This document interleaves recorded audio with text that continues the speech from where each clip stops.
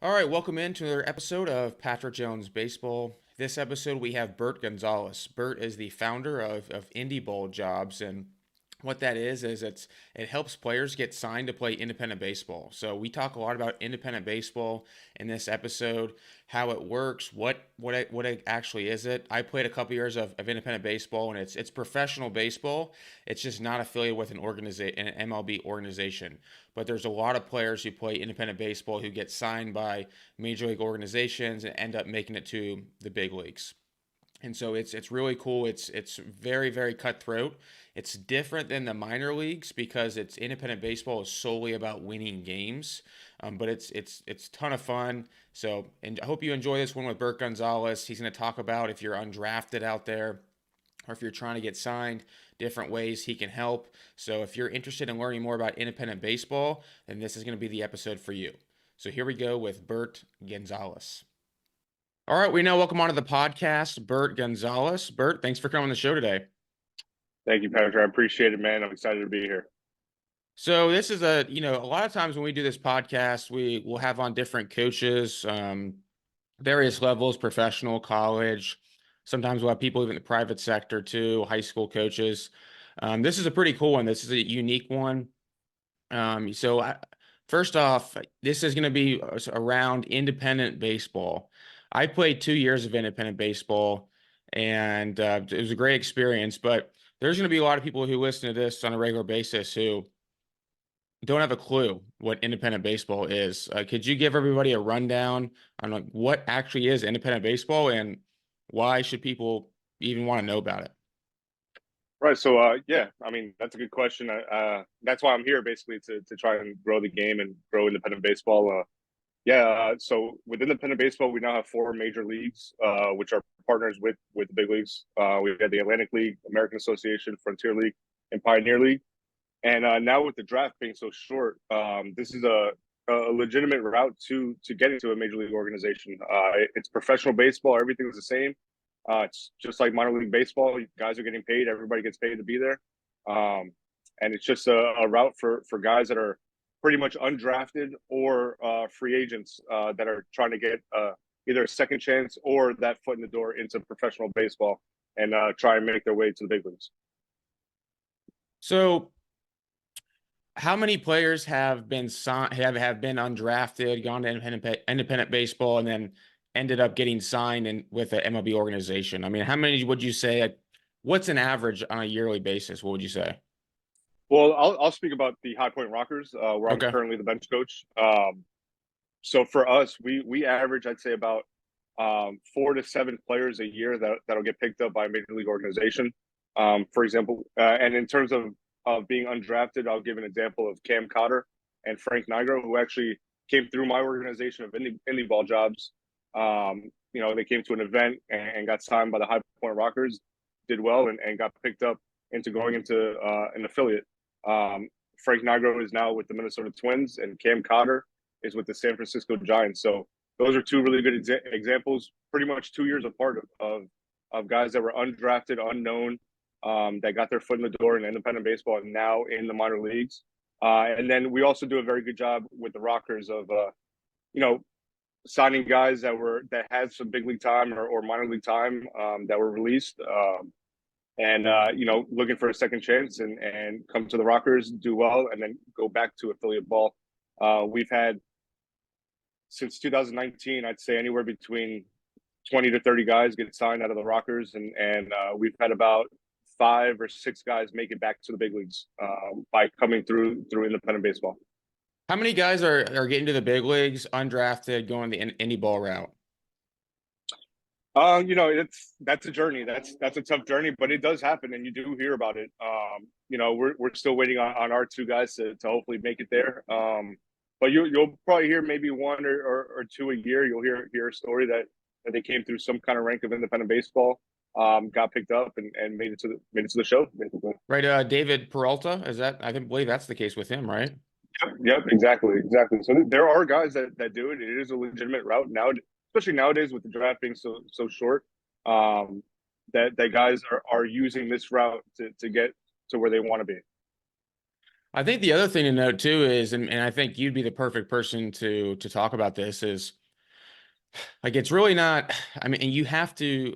The way I see it anyway is independent baseball is about winning now, right? And the minor league baseball is about development first, right? And obviously, people are going to say you're developing by winning. Like I get all that, but my point is like managers are hired and fired like during the season, even in independent baseball, if they're not winning games, and players are released. I mean, I was talking to somebody just yesterday who is playing with an independent team, and the person who got released was a former first round pick who had signed for millions of dollars, and he wasn't producing, and so they don't really care in a sense. It's solely about winning games, and I think that's why a lot of people actually like it a little bit better because it's solely about winning. And but give me your take and your experience on because it can be cutthroat, right? It can be pretty cutthroat. You just took the words out of my mouth. That's exactly what I was going to say. It's cutthroat. It's professional baseball at the end of the day. And yes, we focus on winning now. There's a lot of turnover as well from one year to the next. So it is about winning, and you want to win for your small community that you're in. And yeah, these players, they have to come in and produce at the end of the day. That's what it's all about. And you're given a chance, and it's what you make of that opportunity. But yes, we are focused on winning, but it all depends on where you go as well. Obviously, with High Point, we want to win. That's why we're there. We made the playoffs 3 out of the 4 years in our existence. But we also do a good job of getting guys to the big leagues, and I think getting that reputation is pretty big in independent baseball because obviously we want to win, so we don't want to lose our best player. But at the end of the day, if we're building that reputation and getting guys back to affiliate ball, that next guy that's going to get released is going to want to play for us, and kind of building that system and building that reputation is key in independent baseball. But yes, we're here to win, and it is fun. It's fun for the fans. Minor league baseball, it's all about development, and if you're a high draft pick and you're going to play no matter what, no matter how much you're struggling. With independent baseball, it's if you're not producing, you're not going to play, or you get released right away. And that's just you're given that chance, and you want to make the best of that opportunity. What's the shortest leash you've seen of somebody getting signed and then released? I mean, there are also those kind of series contracts that you kind of give out, especially at the Atlantic League level where it's more of a veteran league.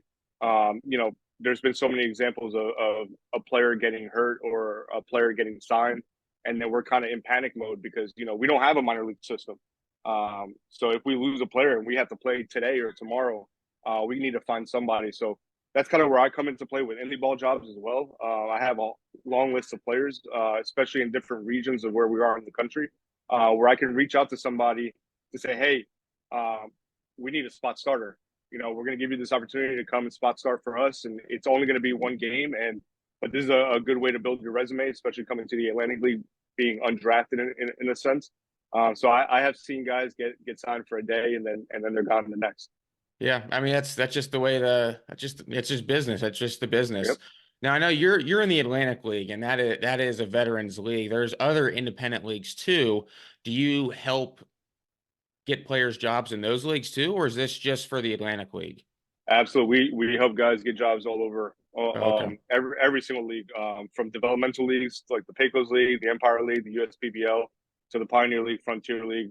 Especially for Indy Ball Jobs, these guys are young and undrafted, and we want to send them to a place where they're going to have success. And sometimes you're not going to have success at the Atlantic League level, and it's not because you can't play. It's just, these guys have been around You're in a not sense, and ready. it's just a different game. But yeah, we've done a great job of sending guys to the Pioneer League, Frontier League, and they've had great success. And we even had guys in the Empire League, USPBL, who've had great success there. And then a year later, they're in one of the 4 partner leagues, which is pretty much the goal for them. It's so hard, I feel like, to stand out, right? If you're undrafted out of college, you first of all, you need to have put up some numbers in college. No, I mean, take me through that process because it can't just be a situation where you went to a school that's, lower level program. you hit 230 or 250 and you expect to get signed in the Frontier League. I just don't think that most people understand how good these leagues are. At the end of the day, it's professional baseball. That's what they need to understand. Just because you played in college doesn't mean you have the right to play at the next level in independent baseball. It is professional baseball, but there are some late bloomers as well. You know, there are some guys that didn't go to the right program or whatever the case may be, and that's where you know, with Indy Ball Jobs, we put on a bunch of events throughout the year and let them showcase themselves. And you know, they there might be a player that hit a career 230, but they had their best day of their life at our event, and somebody was able to see them and they get that opportunity and they're a late bloomer, and they go on to have some success at the next level in professional baseball.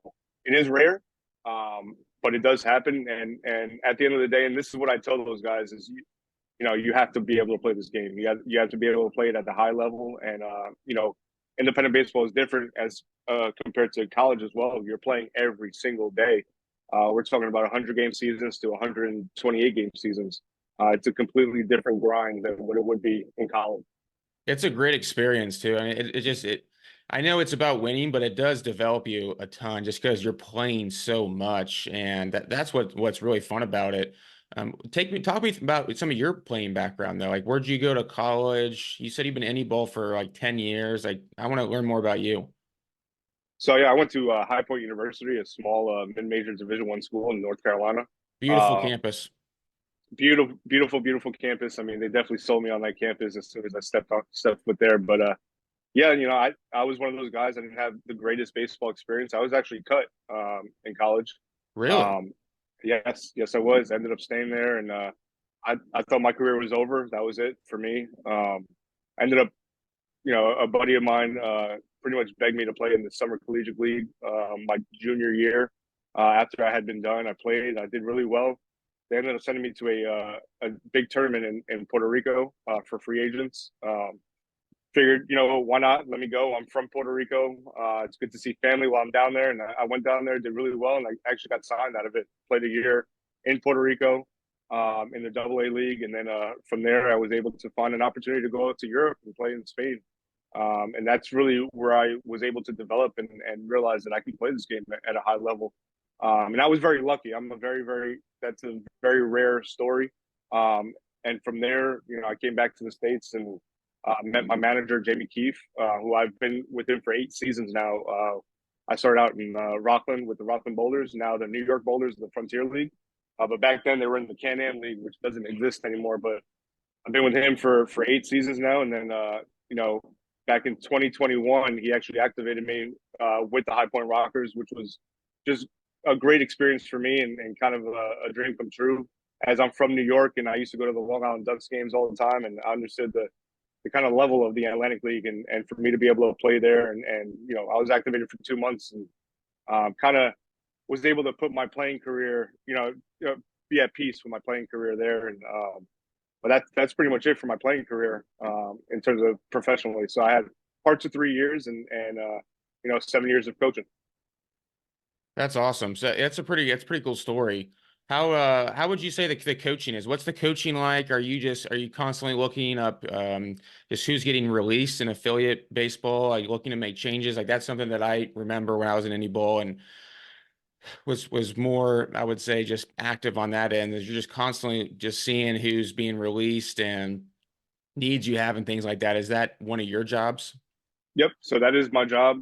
Trying to find the players. I'm the director of player procurement as well. So I'm always looking at all the transactions from every single league of independent baseball as well as minor league baseball and affiliate ball. And you know, I'm always building my list, and that's kind of how I got the idea of starting Indy Ball Jobs. Because not only is it going to help our organization out, but it's going to help independent baseball in general.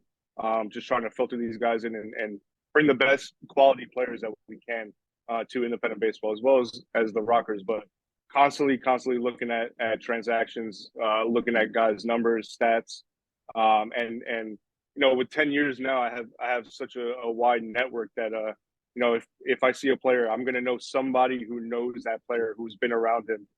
So I'll do my homework and make those phone calls and try and reach out to at least 3 to 5 guys that have been around that certain player just to make sure, you know, can he play, number one, and number two, is he a good dude in the clubhouse? Because you're mixing in 30 different personalities for 6 months. If it doesn't matter if you play in the big leagues for 10 years, if you're not going to fit in that clubhouse, we're not going to take you, and that's also very important to us. And especially, you're representing our small little community as well. There's been a couple other, I think, things pop up when it comes to Indy Ball Jobs. I don't really remember the names of some of them, but some other companies, I think, in terms of trying to get guys signed and things like that. I'm sure you're aware of them, but why do you think your like Indy Ball Jobs has had so much more success and has been more sustainable for a longer period than some of those other ones? I think the biggest difference is that everybody that's on our staff for Indy Ball Jobs, we are in independent baseball. We're all managers or coaches that are currently in independent baseball. A lot of these other organizations, this is what they do for a living full time, which is great as well. There are other organizations out there that do a fantastic job of getting guys, opportunities in professional baseball. But I think that's what stands out the most for us is that every single one of us are currently in independent baseball. We know how it works. We have the connections throughout every single league to get you where you need to be. And we have an understanding of where to place you where you're going to have success. It's not about, oh, just because you came through our organization, we got to find you a job and we want to place you. It doesn't work that way because, we're big on our credibility as well. So we want to be able to help each team that we send a guy to. We're not going to just send somebody there just to place them. It's about where they're going to have the most success and where they're going to be able to help a team out. How many guys will go to a workout for you? Right now, we're averaging about, I'd say, 70 to 90 players a workout. We have one coming up in a couple weeks in Georgia, where we're looking at about, I'd say, 80 guys to join and come out. And then out of those 80 guys, how many would you say get placed? 20, 15? I'd say anywhere between 15 and 20 guys that we'll be able to place. And sometimes it's not instantaneous as well. And I Right. think that separates us as well. Usually, you go to an event and you'll get placed or you get signed. And if you don't, the day of, and that's it. But with us, I do keep a long list of guys. If they're not placed somewhere, but I feel like that they can play somewhere, I'm going to keep them on my list because who knows, down the line in June, I might get a phone call saying, hey, I need a shortstop, and I'll look at my list from previous events. I'll see the best shortstops that I have. I'll give them a call, see if they're playing anywhere. If they're not, then we can place them that way. So sometimes it takes a few months. Sometimes it's pretty instantaneous. It all depends. What's the hardest position to place? Um, I'd say outfielders are pretty difficult. Everybody's always looking for arms. Everybody's always looking for a quality catcher. Infielders are a revolving door in a sense sometimes, but usually, especially with independent baseball, they're usually signing their outfielders who can hit pretty early in the process. So those positions are pretty much filled for the most part. So unless somebody gets hurt or signed, that's when those positions start opening up. And then what's the pay like? I played in the Pecos League, and I don't know if they've bumped the pay now, but when I was playing there, I got paid $57 a week. And first of all, I thought it was an awesome experience. Like you're obviously not doing it for the money, but just out of curiosity for those, like what are the different leagues? Like is there minimums and then like a veteran salary or not salary but pay as well? Like how does that work? Yep. So with the Atlantic League, our minimum is 1,300 a month, and then our max is 3,000 a month. There are salary caps in each league. That's another thing that I do for my job is trying to keep track of the salary cap, making sure that we never go over. And it's kind of like a science as to how much are you willing to pay this guy, or is this guy willing to come in for a little bit less money to get that opportunity to get back. But that's for our league. I'm pretty sure the other leagues are pretty similar in a sense, anywhere between 1,000 to I'd say the max would be 4,000 a month in other leagues. I'm not too sure about that, but yeah, I'd say anywhere between 1,000 to 4,000 a month is what guys will get paid in the four partner leagues at least. And do they need to find their own housing? So, majority of teams they do a good job of getting host families. These are small communities, and they love bringing their players into their homes and learning what it's like to be a professional athlete in a sense. So, with the Rockers, we're so lucky that we have just such a wide variety of host families that are willing to do that for us, and it makes it easy for us. I mean, not too many organizations have that, and it can be a little difficult at times. I know there are some teams out there that they don't do host families, and it's kind of on you to find your own housing. Each team has their own team hotel that you can get a discount team rate of some sorts, but every team's different. For the Rockers, we do have host families. We also have some very nice apartments that players would have to pay, but they don't have to sign a lease. So if they're released or they get picked up, they can just get up and go. And then we have our team hotel as well. So there are different options, but definitely that's if anybody's going to get picked up in independent baseball, should be the first question that you ask is about housing. Mm. Yeah, I remember trying to think when I was in the Pecos League, I had a host family. When I was in the Empire League, they just put us all in an apartment and Yep. figured it out. But yeah, I mean, again, if you're playing in those lower level leagues, like obviously they don't have the same amount of money than that somebody in the Atlantic League does, and so you just got to figure out a way to climb your way to the top. What's the average age, I would say, on like at these different leagues? Like, what's the youngest in the Atlantic League versus the oldest? And then take me through like some of the age ranges on these leagues. So for the Atlantic League, we average probably about age 28 to 32. Like I Oh said, it's wow, more of a veteran league. Might be getting a little bit younger now. I mean, we still have our mixed guys from that are straight out of college as well. That goes into the salary cap because those guys are going to come in for the minimum in a sense. So you need to find those guys as well. But then you have your Pioneer League, Frontier League. That those guys are pretty much right out of college. Those guys are anywhere between 22 to 25 years old. And then you have your American Association that I'd say would be about 25 to 30 years old. okay. The Pioneer League is pretty new, right? Yeah, so the Pioneer League's actually been around for a long time. It was an Oh, it affiliate has. league. It was a short season league. And with the change in minor league baseball, that was kind of one of the leagues that was left behind. And then That's right. became I'm sorry. I'm sorry. I knew it's been around, but I mean, and the strictly for independent baseball. for independent baseball. Yeah, so I think they're on their fourth season now, and they've done a great job. And what a great opportunity it is for that league to be able to bring guys in right out of college. And I've heard some great things about it. Paul Fletcher, who's with Indy Ball Jobs, one of our staff members, he just got the job as the manager with the Glacier Range Riders. So I'm looking forward to building more of a relationship with the Pioneer League through him and being able to send some guys out there. But they definitely go to some really cool towns out in the Mountain West that you probably would never go to unless you're playing baseball out in Montana and northern Colorado and Utah and really cool landscape places and cool places to play. Do you see the Oakland Ballers have a team now? Yeah, the Oakland Ballers. We have one of our guys from Indy Ball Jobs, Jalen Smith, signed there. So super excited for him and super excited to watch him play this season and see how that pans out. But that's yeah, that one's pretty exciting. I think really cool location, really cool idea by the Pioneer League to put a team out there in Oakland. Yeah, are they playing at the old Oakland A's stadium?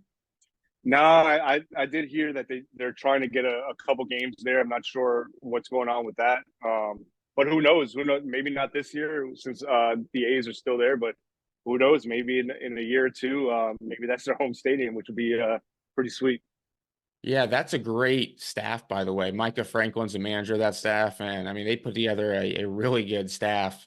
So Yes, they that'll be did. fun to pay attention to. What about the Pecos League? You ever send guys out there? We have sent a couple guys out there.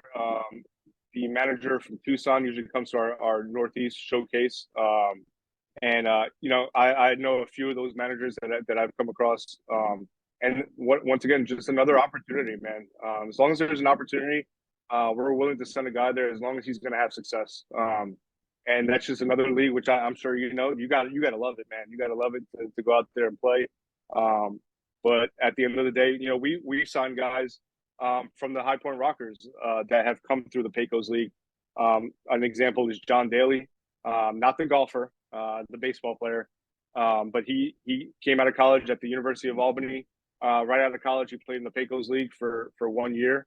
He came to an Indy Ball Job showcase, and we signed him in High Point. He spent the entire season last year with us, which was a great story going from the Pecos League straight to the Atlantic League and being able to stay around the entire season. And he did a great job for us. We love him, and yeah, I mean that's just an example of get your foot in the door. If the Pecos League is the opportunity that's presenting itself for you, I mean, why not? If you have the means to do it, why not go out there, play? You never know what's going to happen.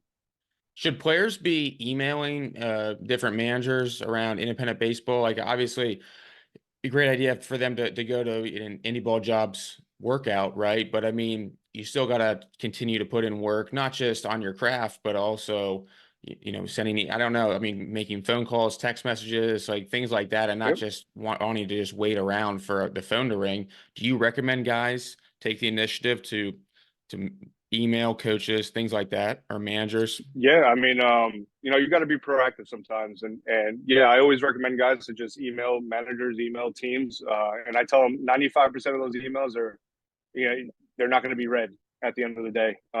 But you never know. One of those emails might change your life. I get all the emails that go in through High Point. I read every single one of them. Um, doesn't mean we're going to take every single one of them, obviously, right? But I at least get to see each and each of these players, and I get to talk to them about indie ball jobs and different opportunities that may present themselves, not just for the Rockers, but for all of independent baseball. Would you say that there's certain types of emails that you find more intriguing than others? Like, should they be putting video on there? What should they be putting in those emails? And I would say, I bet probably most people are like you in that they read all of them, but they just don't have always the time to respond to every single one. But Right. what would you say someone should be putting in an email? I feel like this is like the college recruiting process in a way. Right. Yeah. Definitely credibility is a big key to those emails. So I would put your baseball reference, any kind of stats from college or pro ball, wherever you've been, and definitely some references. If you have some big time references, then I'm going to see that, and if I have a connection with those kind of references, I'll reach out to them and see what kind of player this is, and definitely any kind of videos you have, anything you have, just put in that email, because you never know. You never know. What they'll see and what the team's needs are. And you might send an email today, but you might not hear back till July, in a sense Mm, where they're looking for that specific player, and you just happen to send that email months prior. wow. What's your long-term play in baseball in general? I know, I mean, it's obviously you want to do the best job you can right now, but I mean, do you want to be a manager one day? Like, what's your dream, I would say, for yourself? Well, for myself, I'm kind of in that in between moment. I do have 5 years of experience as a bullpen catcher. It's always been a dream of mine to be a big league bullpen catcher. I've had my chances of, I've had interviews for big league jobs. Unfortunately, not able to get it. But I have also had a year of managing experience. I did manage the Rockland Boulders in 2020, and then I went on to the Liberation League, where we won the championship there. So I do have some success as a manager, and I really do enjoy it. So that kind of bullpen catching dream in the big leagues is kind of fading away a little bit as I'm starting to age out. But I am excited for the next step of potentially being a manager one day, and helping these guys get to that next level. What's the average age of a bullpen catcher? Uh, I'd say about 28 to 32 years old, and I'm 33, so I'm aging out a little bit. The body hurts a little bit, but I actually am coming off of Tommy John surgery. I just had Tommy John in December, which is crazy. But that's one of those things. I'm a grinder, just years and years of throwing BP and long tossing with the guys and catching the bullpens kind of gave me a little bit of a setback here. So this year is a little bit of a wash for me in terms of catching and throwing BP, and just kind of recovering. But I'm still not going to give it up. I'll never give it up. I love the game. I love catching, and I love bullpen catching, getting the guys ready. So you never know. You just never know what's going to happen, and I'm just excited for that next step, whenever it may be. Dude, there's so many people I talk to who say the exact same thing. Where it's like my dream, I would just love to be a bullpen catcher in the big Yep. leagues. So many people. How much would you say? I'm sure you've talked to some. Like, what would be the average pay of a bullpen catcher in the big leagues? I mean, who knows? I think every team is different. I would assume, and this is just an assumption, anywhere between 50 to 70K a season. But then you're working for tips at the end of the day. It depends on how hard you work for the guys, and always being available. Um, and I hope I did kind of opened the door for guys to see that you can make a living as a bullpen catcher. That's how I started in independent baseball. I Mm. started as a bullpen catcher in independent baseball, and it has been an avenue for me to increase my career and becoming a bench coach. But yeah, you're working for the players and you're working for those tips, and those guys will take care of you if you work hard for them and you get them ready, and they have success. They're going to take care of you. You can only imagine what the salary is for a bullpen catcher in independent baseball. Wasn't very good, I'll tell you that much. But I did earn, I did do pretty well on tips at the end of the season, and I definitely appreciate that. Yeah, I mean, it's shoot, man. I've heard anywhere from 80 to 100, and that's probably including Yeah, the tips and and yeah, things like that. But I think there's you some could that's definitely. probably even more than that. Yep, absolutely. It all depends on what kind of organization. Obviously, you have your high market organizations, and then you have your lower market organizations, and yeah, I know that position is continuing to grow, and there's more interest in that position. And at the end of the day, you're a big leaguer. If you're there, you're a big leaguer. You get the big league treatment, the hotels, the flights, the food, everything about it. Just being around them, and who knows, that can really open up more doors in your career after the fact of being a bullpen catcher. So right now, you said you're down in Miami. What are you doing in Miami right now? I'm here for the Caribbean Series. We have a bunch of players from the Atlantic League that are playing in the Caribbean Series and have had a lot of success in winter ball, and that's another opportunity outside of independent baseball. A lot of guys are playing for opportunities in winter ball where they can make some really good money, and then come out to these big kind of tournaments like the Caribbean Series. And for example, I know a few guys that that were in independent baseball this year, got to go to the winter ball, did really well, and now got an invite to spring training with a major league organization. So just another great avenue for guys to try and get back to the big leagues. Yeah, that's a great thing you just brought up, winter ball. I'm sure there's a lot of people out there who would love to play winter ball who are maybe are in independent baseball. Is that just a you just got to know the right people? Like, how does that work? Definitely connections, knowing the right people, and you gotta be able to seriously play at a high level. And it's even more cutthroat than independent baseball. And I've Really? known guys that will go out there and get a great contract, and thinking you're going to make all this money for an entire winter, and you struggle your first 10 at bats, and then you're gone, man, and you're in a different country, and you're out of there. So it's definitely way more cutthroat. Got to do your homework, for sure, but it's definitely about connections. But that's a whole nother thing with independent baseball and Indy Ball Jobs. I was able to travel to Mexico and Puerto Rico this off season, and kind of connect with some winter ball guys and managers and GMs, and trying to open up those doors and different avenues for guys. Yeah, what are the different winter leagues? Where are they at? I mean, they're all over the place, but your big ones are definitely in Puerto Rico, Dominican Republic, Mexico, Venezuela. Curacao now has a winter league. It's their first year. They actually just made it to the semis, lost yesterday, but a great job by them. Panama, Nicaragua, and then smaller countries in South America do have winter ball and winter leagues. I know Guatemala has one, Peru has one. And those leagues are kind of in their infancy, but there are opportunities there for guys to go out there and play and see a different part of the world. And I'm all for that. For me, going out to Spain that one year, it was a great experience for me. It was a part of the world that I never thought I'd go to, but baseball kind of brought me there. Yeah, I mean, yeah, that sounds like a great experience. What would you say I know you said the pay is pretty good. What type of pay are you talking about? I mean, in the higher level leagues, we're talking about anywhere between 8 to 15,000 a month. Damn, that's So not bad. yeah, if you're lucky enough to get that opportunity, I take it and run with it. And I know some of it can be guaranteed at least for a month. So even if you last a couple games, you at least get your month pay guaranteed. So, but definitely do some homework while you're doing it and try and connect and with the right people. But you have to put up some serious numbers in your regular season in order to go out there. Mm. Are most of those guys current big leaguers who are playing down there?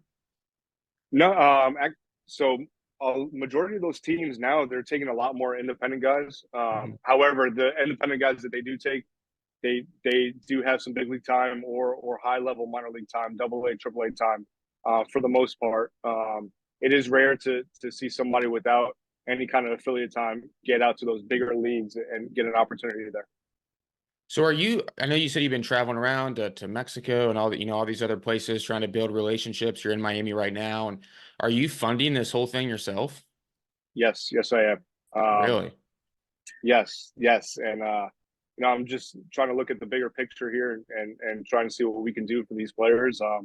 But yeah, I am funding it through Indy Ball Jobs, and that's what it's all about. Though, is trying to build those connections and those networks, and trying to open up the door for these guys. And I hope that we're able to filter some guys into these leagues for winter ball.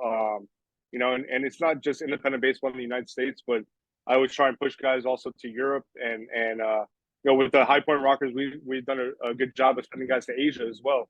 Oh, We send wow. guys to Taiwan and Japan and Korea. Um, That'd be a and just great experience. and that's some high level baseball as well. And usually the guys that we're able to get opportunities out there, they do have a resume behind them. But this is just the infancy of what we're trying to do here in Indy Ball Jobs. I know the bus rides are different in minor league baseball ever since they changed the minor league system, but what are some of the bus rides like how long are some of these bus rides in Indy ball? Well, for us, we travel all the way up to New York, so we could be playing at 7 p.m. tonight in High Point, and then tomorrow we got to be in Long Island for a 7 o'clock game. So we're traveling overnight, 12, 13-hour bus rides. We only have one bus, and sometimes rookies got to double up, and that can be Hmm. pretty brutal. But it's one of those things where you gotta love it, man. You gotta love the grind. You gotta love those bus rides. And, I'm looking forward to those bus rides again. Once this time of year comes, I'm ready to go. What do you do for 12 or 13 hours outside of sleep? If you can't sleep, what are you doing? Well, me personally, and anybody that's listening that knows me, they know that I can sleep throughout the entire bus ride. That's Oh, one of my things. I'm lucky. I'm lucky. But a lot of guys, they'll they bring their video games, they'll play, read. I mean, on their computers. Um, we do have the TVs on there, so we'll watch some games or movies, whatever the case may be. But excuse me. Yeah, anything to kind of entertain yourself for 12, 13 hours. what's the longest bus ride in any bowl? I think for a while the American Association had some crazy. I don't know if it's still like Yep. that, but what have you heard as the longest Yeah, distance? so definitely the American Association. I know they have their teams in Texas and they have Winnipeg up in Canada. So 15, 16 hours. And I Woo. know they do have travel days where we don't have travel days. I know American Association, they'll give a full day off day of travel. So the managers in independent baseball, are they a lot of times former managers or coaches in affiliate organization and they got let go and now they're just trying to get back? Like what's usually the situation like for them? There's so many different personalities in terms of managers and their backgrounds, but a majority of them have played at a high level in affiliate ball or in the big leagues. A lot of them have played in the big leagues. My manager was the third round pick in the same draft as Derek Jeter. He Oh made it up wow. to AAA, and he's a little different because when he was released in affiliate ball, he got an opportunity in independent baseball, which had just been starting in the I believe it was in the late '90s, something like that, where I think it was the Northern League, where he got that opportunity, and then he became a player manager, which is pretty rare, but that's how he started. He's been managing now for over 20 years, and yeah, I mean, there's so many different personalities. We have guys that have managed in the big leagues, and now they're just doing this because they just love it. Um, I wouldn't say too many of them. I wouldn't say want to get back to affiliate ball. This is more for them to kind of end their career and enjoy it and enjoy baseball and enjoy the winning atmosphere and not having to listen to the coordinators or whatever whoever's above them, and just a way to enjoy it and kind of have um, that pure baseball mindset of we're going out there to have fun and win. That's But yeah, awesome. definitely some high level guys. And for our team, our pitching coach is Frank Viola, former World Series MVP and Cy Young Award winner, and he spent 10 years as a pitching coach with the Mets in affiliate ball in the minor leagues, and he talks about now coming to independent baseball and just learning to love the game again in a sense, and doing this for the love of the game and winning. That's awesome, man. That's awesome. Well, Bert, is there anything else you'd want to share with everybody? The floor is now yours. Well, yeah, just check us out on Indy Ball Jobs on Instagram, and if you feel like you can play at the next level and you want an opportunity, and especially for the college guys that might get undrafted this year, check us out. We have a whole bunch of events coming up. We do have a pre-draft workout that's going to come up in July. So definitely check us out. Shoot us a message. I do my best to try and respond to everybody, and just trying to educate you on the world of independent baseball and all the different opportunities that there are, not just in independent baseball, but across the globe, where you might be able to find an opportunity and maybe change your life a little bit. But definitely come check us out, and I appreciate you having me on the show. Yeah, appreciate it, man. This is awesome stuff. Ton of fun, man. I love talking about indie ball and different types of ways to get to the major leagues, and it's awesome. So I appreciate you coming on, man. Thank you. I appreciate it.